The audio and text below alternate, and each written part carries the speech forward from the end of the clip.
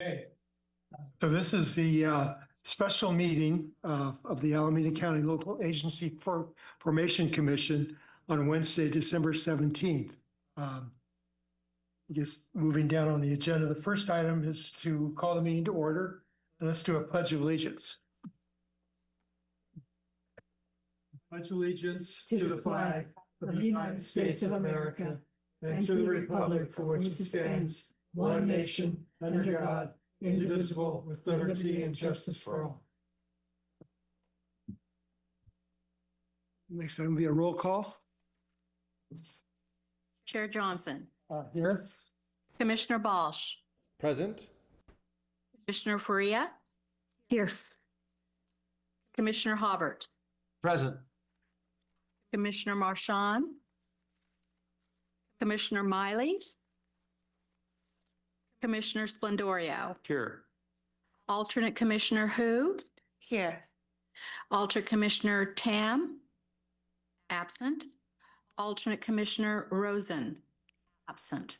And alternate Commissioner Warner. Here. Let the record reflect, roll call has been taken and we have a quorum. I'm sorry. Commissioner Tam is present. Yes. Thank you so much. Since you have a quorum, can I log off now? Is Supervisor Miley on? Supervisor Miley is not present right now, but you are welcome to log off. We do have Commissioner Halbert. Okay, thank you. Thank you. Thank you. Okay. So we're ready? Okay. The next item is the recognition of legal counsel service. The commission will recognize Andrew Massey, legal counsel to the Alameda County Local Agency Formation Commission, for his dedicated service and counsel to the commission. Mr. Massey has provided thoughtful, timely, and practical legal guidance across a wide range of complex matters, supporting the commission's statutory responsibilities, governance obligations, and recent transition toward administrative and fiscal independence.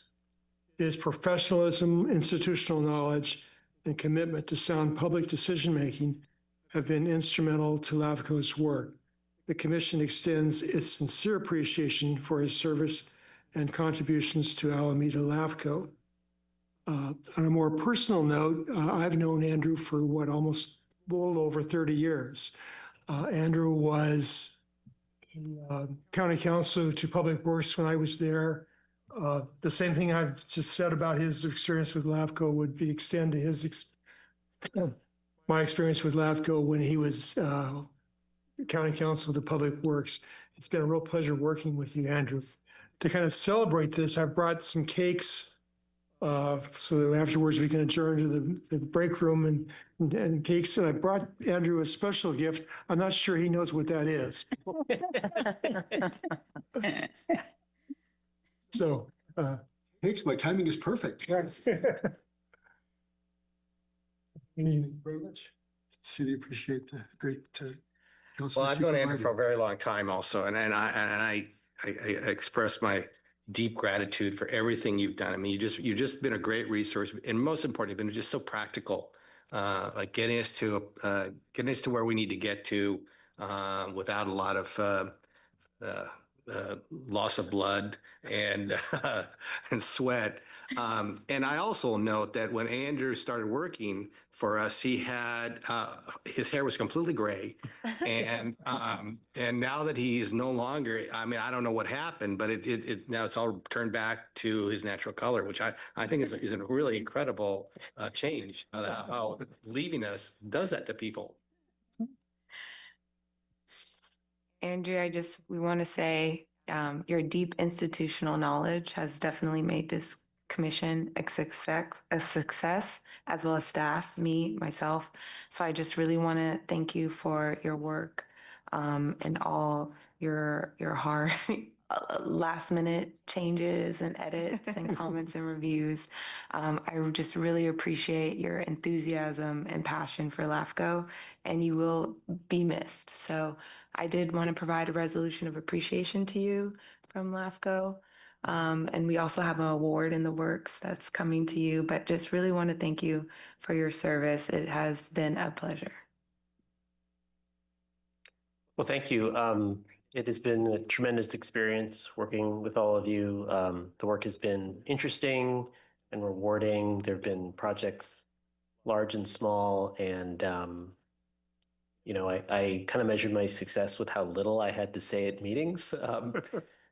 But it was rewarding work because I saw the way that your commission intervened and helped a number of local public agencies provide better services. In particular, some of the municipal services reviews, the Eden Health District and the Fairview Fire Protection District really stand out as kind of the unique role of LAFCO, and I was glad to contribute to those efforts, and not just because the cookies keep coming, but they did keep me coming back. I started as your counsel in April of 2010, and at the time I had a 3-month-old. And a few months later, I went to my first CalAFCO conference, and so did he. So he's kind of grown up with LAFCO too. And so I've just I'm sorry to be leaving, but you are in good hands with Matt Summers, and I know that LAFCO has a bright future. The other thing I should add is it's not just me that's leaving, but my office. My office has served, as far as I can tell, counsel to LAFCO since LAFCO's creation in 1963, which I think my math is correct, that would be 62 years. Wow. And for those of you who are current, and especially the former county employee, you know that 62 is the magic number for the Acera retirement system. So I think 62 years is the right time for our office to be stepping back and retiring from its LAFCO work. Thank you again. These comments were really wonderful, and I will miss working with all of you, and good luck in your move to independence next month. Okay. Well, thanks, Andrew. Commissioner Hobart has a comment. Yes, I just want to say, without intentionally inflating Andrew's ego anymore, I will say it would be well deserved. And I will go ahead and say, indeed, Andrew, thank you. You and I will continue to work together. And as has been mentioned, the great service you provide LAFCO, you continue to provide to the county. I thank you sincerely for your work here at LAFCO, and look forward to our continued working together at the county. Congratulations on a long-standing service to this organization, and thank you. Anybody else? I just want to say that, Andrew, from what I've seen, the little short time I've been here, you've done an amazing work, and I have big shoes to fill. Don't go away. I'm going to call you with help on that institutional knowledge. So looking forward to continuing to benefit from your expertise as I can. Thank you. Great. Happy to help. Thanks, everybody. Let's move on to public comment. I don't see any public comment. Let's move on then to the adoption of the personnel policies and related implementation actions. Turn this over to staff. Thank you, Chair. So the LAFCO Personnel Handbook, this is a proposed item to be reviewed and considered by the Commission for adoption. It is organized by chapters, providing a modern, compliant framework suitable for a small public agency. It's organized into chapters covering introduction and delegations, anti-harassment, classification, recruitment, employment of relatives, compensation, and payroll. It also includes performance evaluations, leave, separation, discipline, grievances, and miscellaneous policies. Staff requests the Commission to annually review the personnel handbook for consistency and best practices. And in order to reinforce this, staff also requests to amend the bylaws to explicitly include the annual review. And lastly, staff calls for an independent HR consultant to confirm compliance and benchmark practices against comparable agencies, as well as reconcile any overlaps with other Commission policies, bylaws. The audit is proposed to incur within 6 months' time. And with that, I'll just return the item to the Commission for discussion. Okay. So there's no public presence, so we'll skip over public comments. Any commission discussion on this item? John? So I was reading through this and most of it's in the third person, but there are a couple of second persons which sort of were jarring when I was reading that. Okay. But on page 19, it talks about if you require an accommodation to perform the essential functions of your job, so perhaps their job instead, Okay. and their religious beliefs. Also on that was page 19. Page 40 also uses second person terminology, so it just switched for consistency. Also, since we are going to update this every year, we might as well go to gender neutral. We've all gone to gender neutral bathrooms. And it was interesting because I noticed that at one point it referred to his, hers, or its. So again, just that was on page 57. Okay. So just go to the there instead. But just page 18, he or she. Page 25, his, hers. Page 30, his, hers. 39, 40, 42. Again, they're referring to you, should be there. 48 was his, hers. This was interesting. Page 49, we're scrolling through real fast. Page 49, giving 2 hours off to vote. Since you now have a month to vote, and you can vote in the comfort of your own home, Okay. there's really no reason to have, that's 8.5K time off to vote. There's really no reason to have that included. And let's see. Yeah, it's page 55 is again his, hers. 57 is his, hers, its.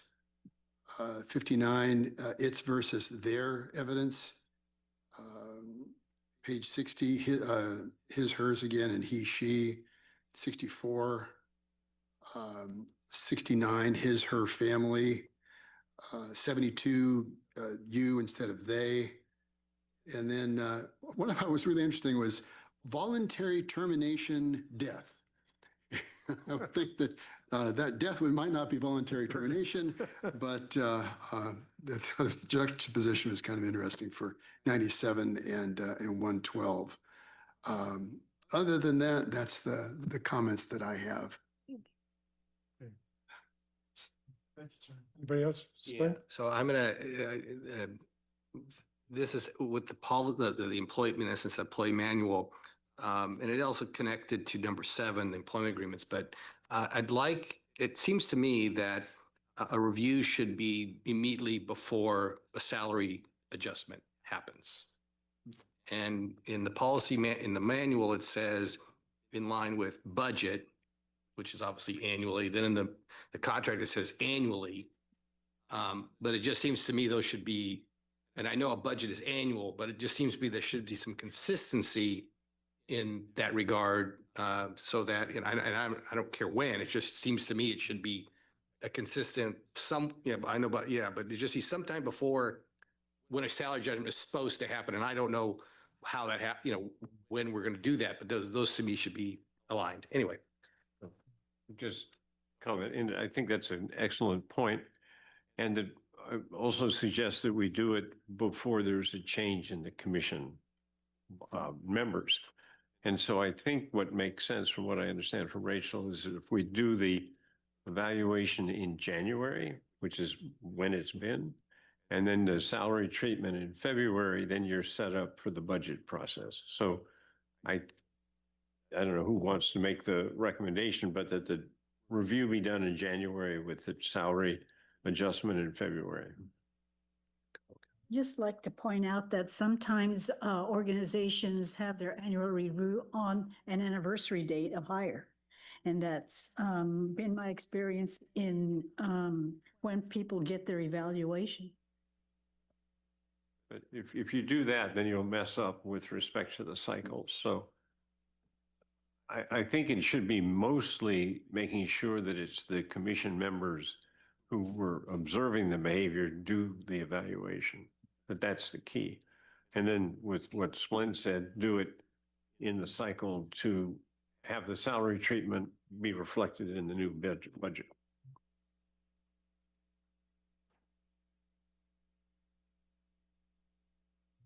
Makes sense to you, Spun? Oh, yeah, totally. Yeah, totally makes sense to me. Yeah, That's a great point. In a big organization like in ours, we do our staff at a certain time of year and our attorneys at a certain, because it just puts too much burden on everybody than an anniversary.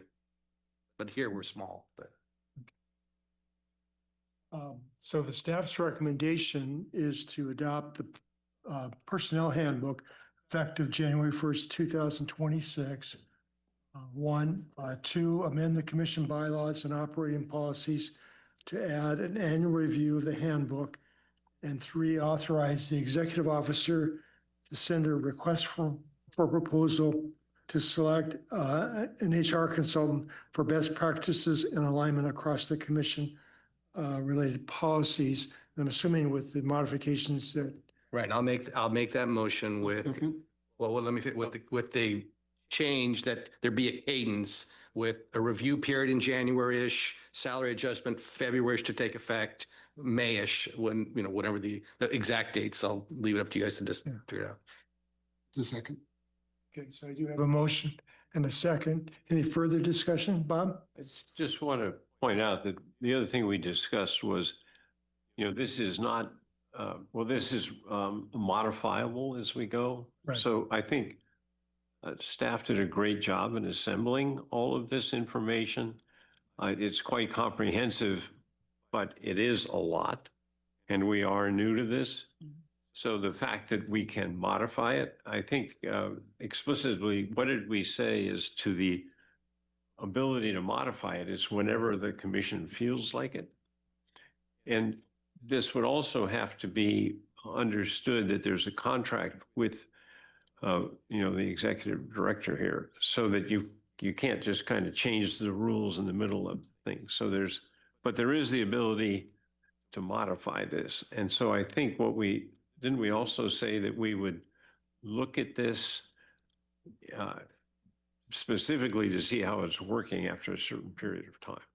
Now, I just wanted to say that as before the vote is taken, that this isn't forever. Okay, that's correct. So have a roll call vote, please. Who made the second? Chairman Sean. Marshall. Thank you so much. Yes. Thank you. Chair Johnson, Aye. Commissioner Balsh, Aye. Commissioner Faria, Commissioner Hobart, Aye. Commissioner Marchand, Pointed to me. Yeah. Yeah, so, didn't have a, Commissioner. already voted. You seconded, now you got to vote. Now you're voting. Oh, okay. Aye. Thank you. Commissioner Miley, absent. Commissioner Splendorio. Aye. Let the record reflect the motion passes. Thanks, everybody. Let's move on to item number 6. That's the adoption of salary ranges and the position classification bands. I'll turn this over to staff.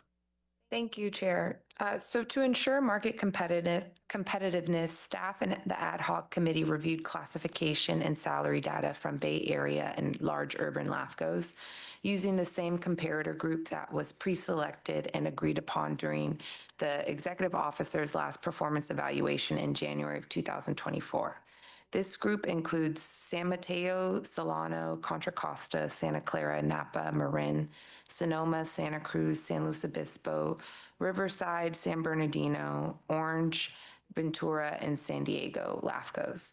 These agencies operate in similar high-cost, high-complexity environments and rely on independent or semi-independent staffing models comparable to Alameda LAFCO. Comparable Bay Area and urban LAFCO executive salaries range from around $184,000 to $224,000, with most Bay Area peers clustered between $190,000 to $224,000. Consistent with the ad hoc committee direction, staff recommends a salary range anchored between the 45th and 75th percentiles of the market. The proposed range is $194,100 to $220,000, with step 1 at the 45th percentile and step 5 at the 75th percentile. The structure includes a 5-step schedule with approximately 3.3% increments between steps. This approach aligns with regional market conditions, supports recruitment and retention, and reflects LAFCO's expanding statutory and operational responsibilities. As for the commission clerk, the recommended salary range starts at $102,000 to $126,000. It's structured as a 5-step schedule with approximately 5 to 6% increments. The range reflects expanded responsibilities under LAFCO's independence, and the schedule is aligned with Bay Area administrative classifications to support competitiveness and retention. Now, for the LAFCO analyst position, that is currently unfilled, but it is a critical professional role supporting municipal service reviews, sphere updates, service and fiscal analysis, and boundary change processing. The proposed salary range is starting at $82,000 to $112,000, and that's designed to allow flexibility based on experience and market conditions. The 5-step schedule supports competitive recruitment and aligns with the Bay Area analyst labor market. For the overall rationale, the proposed salary bands are market-based, transparent, and scalable, supporting operational stability as LAFCO transitions to independence. Considerations when we go to our actual proposals. And then for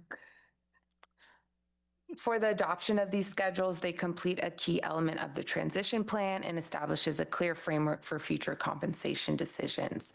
Funding for current staff classifications, the executive officer and clerk position, is already included in the Alameda LAFCO adopted budget for this current fiscal year. And implementation of the analyst classification will occur when recruitment is initiated and will be incorporated in the future budget.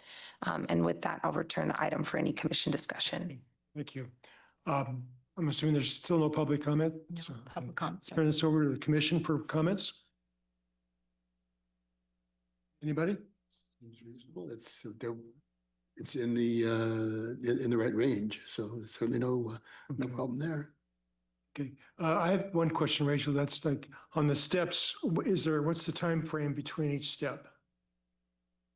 That's a good question. I would say a year to 2 years, and based on the annual review. Okay. And then I think that in looking at this and then looking at the next item, the thought would be is that on the next item, we're going to actually approve the contracts with both staff members. And I believe, Rachel, you told me that in the salaries, you've set them pretty much equivalent to what you're making right now. So yes, for the next agenda item with our short-term contracts, they are our current salaries. Yeah. And then I'm assuming then that we've already talked about doing a review in January. So we would do staff reviews in January so that in January, February, March, we'd be resetting your salary or adjusting your salary. Yes, Yeah. depending on the Okay. review, yes. So this, anyway, getting back to item number 6, is there any more discussion on that? Entertain a motion to approve it. So move. Second? So I have a motion and a second. Any further discussion? Hearing none, this is another roll call vote. Yes, Chair. Chair Johnson, Aye. Commissioner Balsch, Aye. Commissioner Faria, Aye. Commissioner Hobart, Aye. Commissioner Marchand, Aye.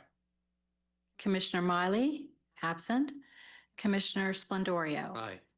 Let the record reflect the motion passes. Okay. Moving on to item number 7, the approval of the short-term employment agreements. Okay, staff? Thank you, Chair. So the executive officer and commission clerk are both single incumbent and exempt positions appointed directly by the commission and essential to LAFCO's statutory, fiscal, and operational responsibilities. The short-term agreements are proposed to provide continuity and clarity during the transition year while preserving commission flexibility to reassess long-term employment terms once independence is fully implemented and all supporting systems, policy, and interagency agreements are in place. Both agreements confirm that the executive officer and commission clerk serve at the pleasure of the commission on an at-will basis. The agreements establish base salaries, benefits, leave accruals, and performance expectations consistent with the adopted personnel handbook and applicable law. Performance evaluations and any salary adjustments remain subject to commission action. All salary and benefit costs associated with these agreements are included in the adopted current LAFCO budget and were anticipated as part of the transition planning process. Approval of the agreements do not create any unbudgeted fiscal obligations. And I'll return the item to the chair for commission discussion. There's no public comment again. Any commission comments? So I'll just make the same comment that if it needs some revision in the contract to align with the personnel handbook, then that would, I just remember saying annually. But whatever revisions are needed, that would be my suggestion to make. Okay, thank you. To align them.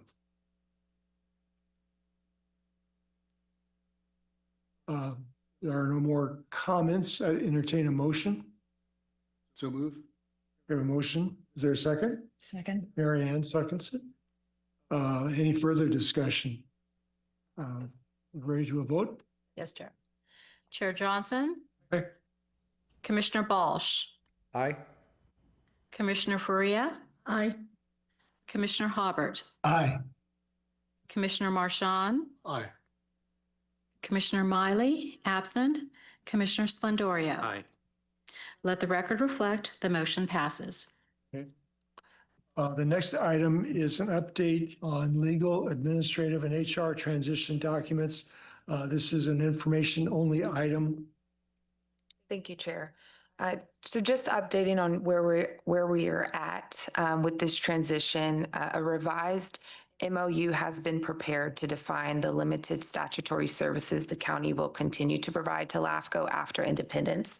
These statutory services, service functions are the auditor controller, assessor surveyor, recorder, and registrar of voters, and these are mandated under the Cortese-Knox-Hertzberg Reorganization Act, and therefore must remain in place.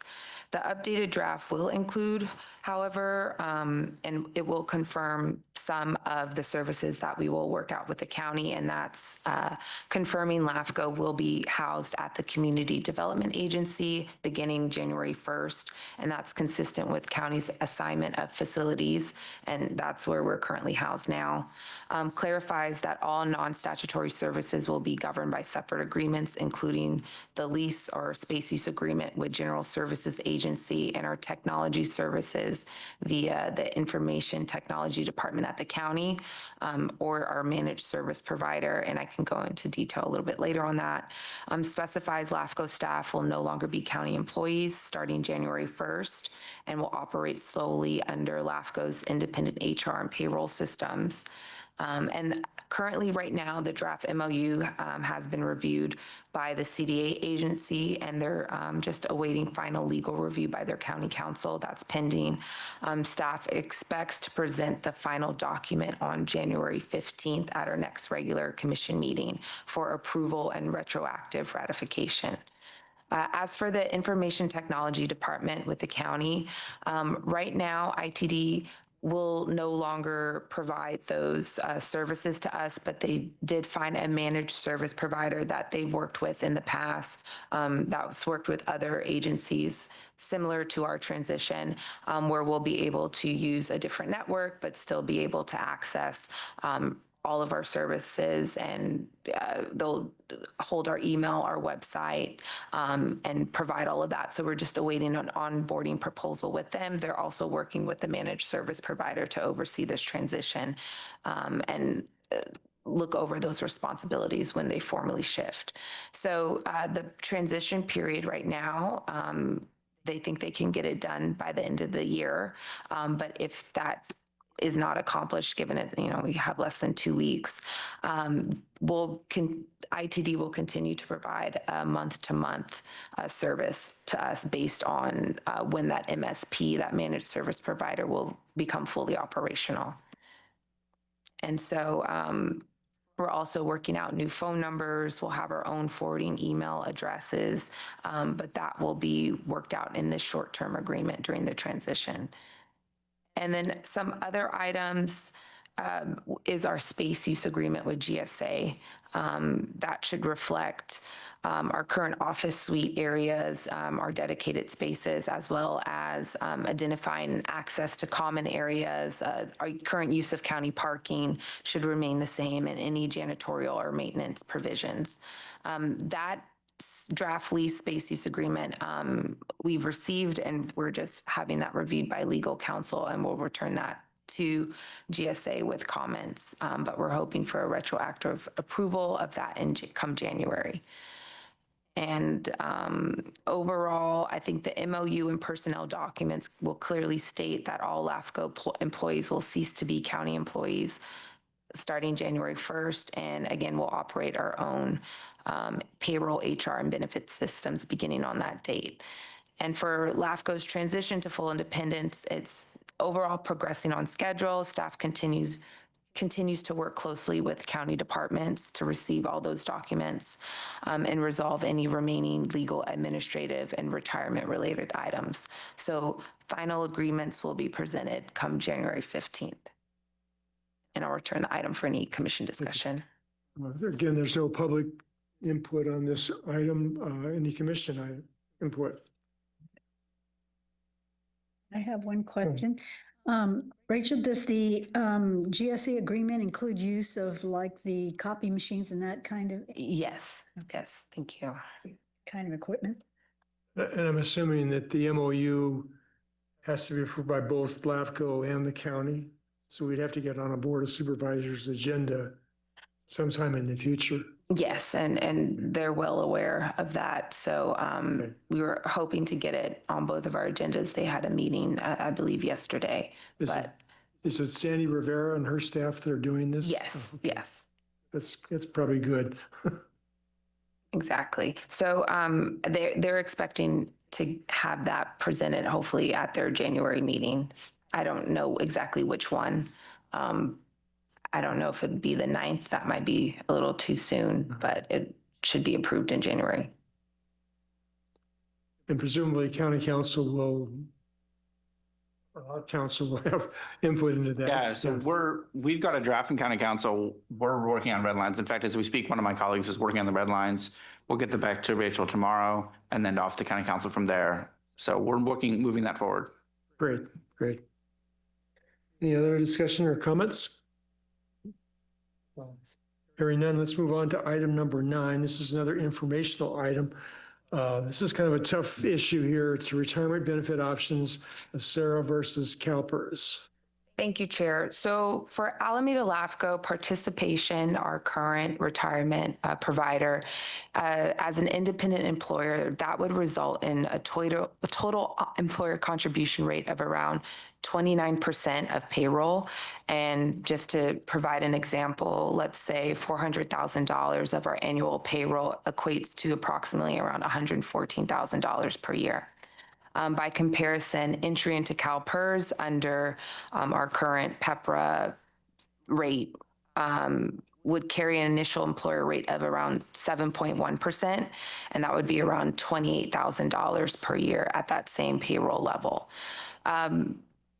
Although, there are comparative outcomes consistent with experience at Contra Costa LAFCO, they, I believe, pay around $117,000 per year in payroll. So that would be similar to, us in Acera as an independent employer.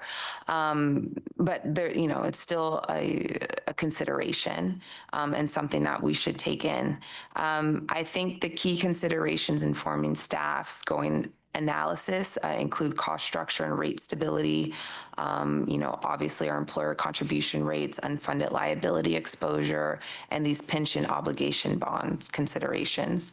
Also looking at portability and recruitment, given the regional labor market for executive and professional staff, and then peer consistency, recognizing practices among other Bay Area and urban LAFCOs operating in similar fiscal and regulatory environments. Right now, at this time, staff is awaiting final ACERA contribution estimates, seeing if, there is some wiggle room so that we can continue to receive that POB credit. And we have a meeting with an ACERA representative by the end of this week, and that will help determine our future outcome, but also just based on the commission and commission discussion of which way we should move to. But staff will complete and try and receive a reduced rate for ACERA or some similar cost comparison. And once we get that final information, I'll return to the commission at our next meeting with a recommended retirement platform and accompanying resolution with either ACERA or CalPERS. The timing will allow the commission to finalize retirement benefits and ensure seamless implementation of all employer systems effective of January of next year. And also I did include, while we don't have a retirement system at this time, we are federally required to participate in Social Security. And that can also be up for debate once we get into a retirement system. I will bring some analysis of whether the commission would like to remain in Social Security or not. So I'll provide that probably at our March meeting. But just for now, still just final analysis and determination on whether we can stay in ACERA or should we move forward with CalPERS. And I'll return the item to the chair. So again, there's no public input in this item. No. Any commission comments? I just want to say before we close out all this whole series, it's incredibly complicated. And I want to acknowledge staff getting this done relatively smoothly, and that includes Andrew. And I wanted to thank the county for the cooperation and having this whole thing. It's quite an arduous task, and it's coming out okay. Yes, and I just also want to give a huge thanks to the ad hoc committee. You guys have been just perfect all year. I feel like probably 2 years on, when we're thinking of this. So I really want to thank you for your time and your mind on all of this. Appreciate it. So we do have, as Rachel said, we have a meeting on Friday morning with Dave Nielsen, who's in charge of ACERA, to, I guess, plead one more time to see if we can't find this way to get it done a little less costly. We have looked at Contra Costa County and they pay a similar amount. Marin, I think, is in the Marin ACERA, and they're paying, I think, $50,000 or $60,000 a year. So there's a cost of belonging to these county retirement systems. The CalPERS has the advantage of it being very portable. Any future employees that we might have could come to us with CalPERS. They probably won't come to us with ACERA. So those are the things we have to balance. But yeah, I agree with Bob. It's been good to work with the county on this, and it's gone seamlessly so far. So, thank you guys. Any other comments or questions? According to my agenda, just double check here. We're done. We're done. So I'd like to formally adjourn this meeting.